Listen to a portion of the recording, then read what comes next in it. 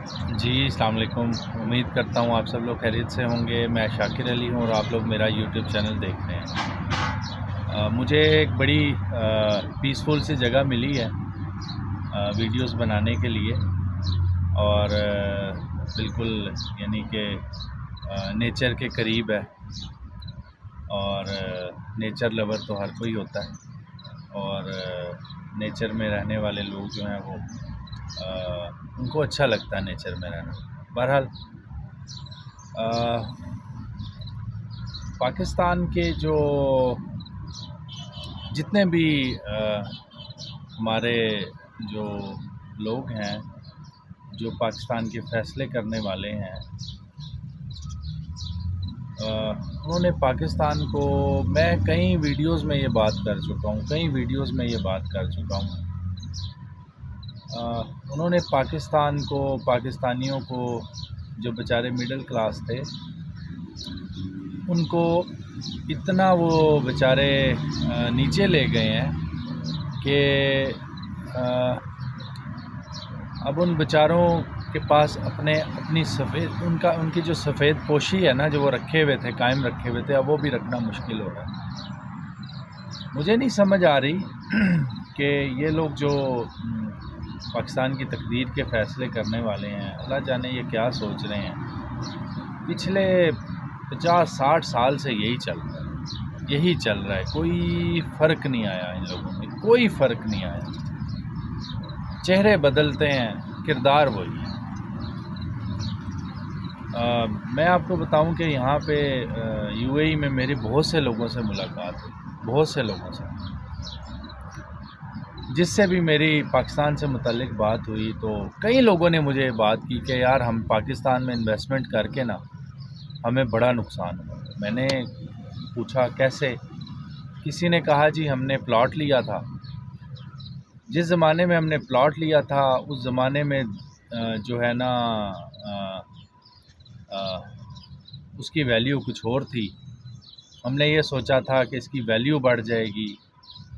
Plot کی value تو نہیں بڑھی، جو کرنسی کی ویلیو ہے نا وہ گر گئی۔ تو جب کرنسی کی ویلیو گری ہے،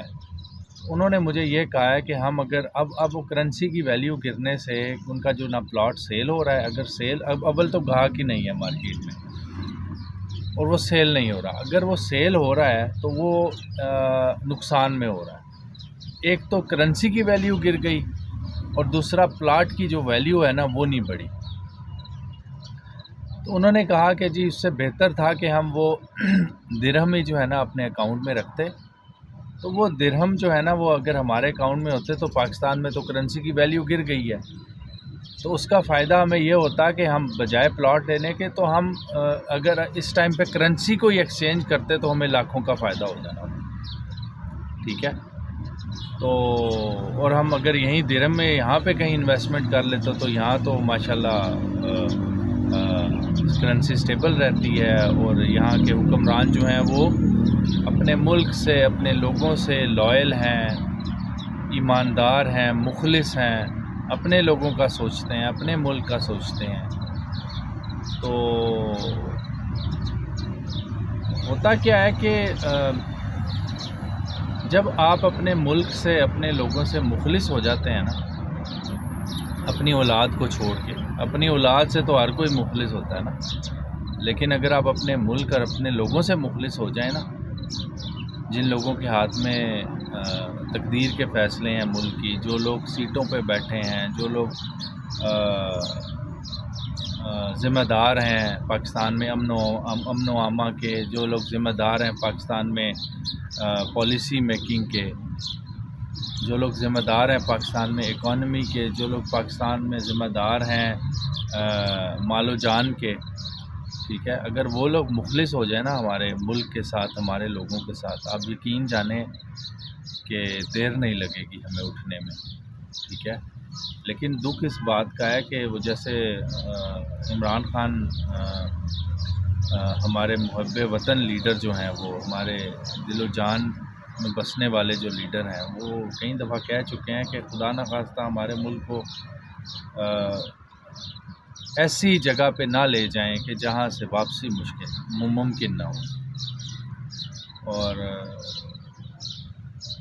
اللہ بہتر جانتا ہے کہ ان لوگوں نے کیا سوچا ہوا ہے اور یہ کیا کرنا چاہتے ہیں. بہرحال انشاءاللہ امید رکھتے ہیں کہ یہ لوگ بھی پاکستان کا اور پاکستانیوں کا سوچیں گے انشاءاللہ. جزاک اللہ خیر. السلام علیکم.